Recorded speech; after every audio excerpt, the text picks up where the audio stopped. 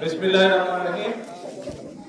উপস্থিত সকল লয়ার বৃন্দ, উপস্থিত এলাকাবাসী, সকল উপস্থিতিবৃন্দ, আসসালামু আলাইকুম। আমি তারেক বলছি, কেমন আছেন আপনারা? আলহামদুলিল্লাহ, আলহামদুলিল্লাহ।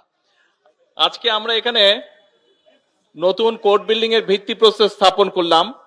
এর বাইরেও এই বিল্ডিং, যদিও এটি বারের নিজস্ব টাকা দিয়ে কাজ শুরু হচ্ছে, তারপরেও সরকারের পক্ষ থেকে আমরা বিল্ডিং এর কনস্ট্রাকশনের জন্য 15 লক্ষ টাকা দেওয়া হচ্ছে।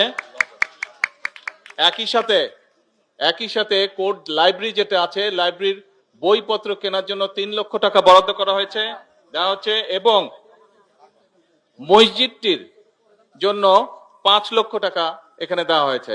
ইন টোটাল 23 লক্ষ টাকা এই কোর্ট বিল্ডিং এর বিভিন্ন কাজের জন্য আজকে হস্তান্তর করা হচ্ছে। আমি বাসি সাহেবের কাছে এই কাগজগুলো সবগুলো হস্তান্তর করছি। আমরা আশা করি ইনশাআল্লাহ দ্রুত এই কাজগুলো সম্পন্ন হবে।